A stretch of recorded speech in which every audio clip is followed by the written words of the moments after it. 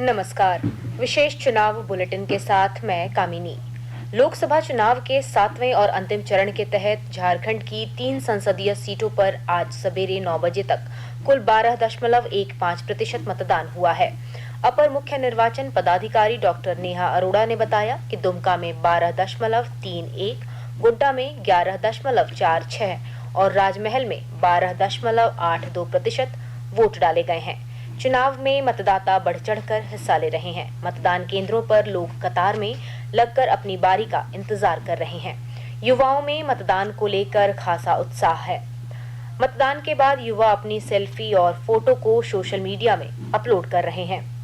राजमहल, दुमका और गोड्डा लोकसभा सीट के लिए आज सवेरे 7 बजे से वोट डाले जा रहे हैं। सभी मतदान केंद्रों में शाम 5 बजे तक मौजूद रहने वाले सभी मतदाता अपने मताधिकार का इस्तेमाल कर सकेंगे। वहीं शांतिपूर्ण, भयमुक्त और हिंसा रहित चुनाव के लिए सुरक्षा के पुख्ता इंतजाम किए गए हैं। सभी बूथों पर पुलिस बल की तैनाती के साथ वेबकास्टिंग के माध्यम से मतदान केंद्रों की पल पल की गतिविधियों तथा मतदान की गति पर नजर रखी जा रही है। इसके लिए सभी मतदान केंद्रों के अंदर और बाहर कैमरे लगाए गए हैं, जिसकी मॉनिटरिंग मुख्यालय और जिला में बनाए गए कंट्रोल रूम से की जा रही है। 7वें चरण के तहत झारखंड में 3 लोकसभा क्षेत्रों में, राज्य में अंतिम चरण में 3 सीटों के आज हो रहे चुनाव में 8 महिला समेत 52 प्रत्याशियों की चुनावी किस्मत ईवीएम में लॉक हो जाएगी। इनमें 2 वर्तमान सांसद और 4 विधायकों की भी प्रतिष्ठा दांव पर है। इनमें राजमहल सीट से 3 महिला समेत 14 प्रत्याशी, दुमका से 4 महिला समेत 19 प्रत्याशी और गोड्डा सीट से 1 महिला समेत 19 प्रत्याशी चुनावी मैदान में है।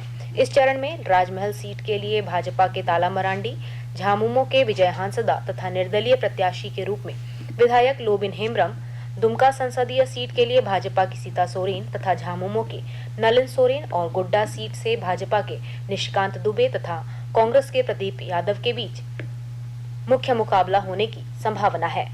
राज्य के तीनों सीटों के लिए आज हो रहे चुनाव को लेकर 6,258 मतदान केंद्र बनाए गए हैं, जहां 53,23,886 मतदाता अपने मताधिकार का इस्तेमाल करेंगे।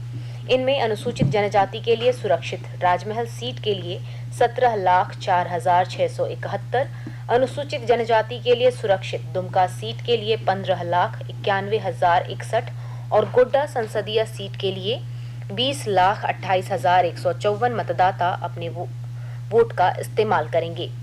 इन सभी सीटों के लिए 27,538 पुरुष, 26,23,315 महिला, 76,672 दिव्यांग, 33 थर्ड जेंडर, 85 वर्ष से अधिक उम्र के 30,383 तथा 100 साल से अधिक उम्र के 439 वोटर हैं। वहीं कुल मतदान केंद्रों में 4,701 ग्रामीण और 291 शहरी इलाकों में अवस्थित है।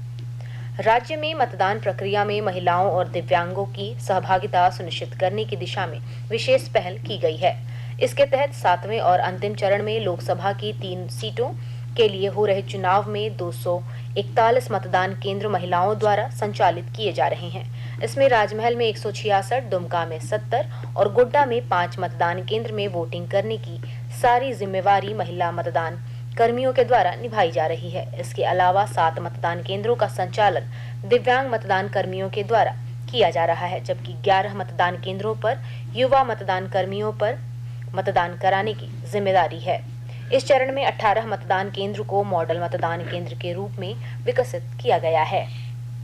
झारखंड में आज 3 लोकसभा सीट के लिए हो रहे मतदान को लेकर आकाशवाणी रांची के प्रादेशिक समाचार एकांश के द्वारा जीवंत चुनावी परिचर्चा का आयोजन किया जाएगा, जिसका प्रसारण रात 8 बजे से 8:30 बजे तक होगा। पलामू लोकसभा सीट के लिए होने वाले मतगणना की तैयारियों को अंतिम रूप दिया जा रहा है। इस सिलसिले में जिले के उपायुक्त सह जिला निर्वाचन पदाधिकारी ने सभी प्रत्याशियों के निर्वाचन अभिकर्ताओं के साथ बैठक कर निर्वाचन आयोग द्वारा जारी मतगणना की गाइडलाइन से अवगत कराया। उन्होंने बताया कि मतगणना विधानसभावार होगी और इसके लिए 124 टेबल लगाए जाएंगे, जबकि 28 टेबलों पर बैलेट पेपर की गिनती होगी। मॉक पोल के बाद पाकुड़ जिले के मतदान केंद्रों पर पीठासीन पदाधिकारियों ने मतदान शुरू करा दिया है। मतदान चालू होने से पहले ही कई बूथों पर मतदाता पहुंच चुके थे। शुरुआती दौर में मतदान केंद्रों पर महिलाओं की ज्यादा भीड़ उमड़ी थी, कई बूथों पर तो महिला पुरुष दोनों की लंबी कतारें लगी हुई हैं। मतदान को लेकर मतदाताओं में जबरदस्त उत्साह है। बूथों पर सुरक्षा के पुख्ता इंतजाम किए गए हैं। विशेष चुनाव बुलेटिन समाप्त हुए। अगला विशेष चुनाव बुलेटिन 11:55 पर प्रसारित किया जाएगा।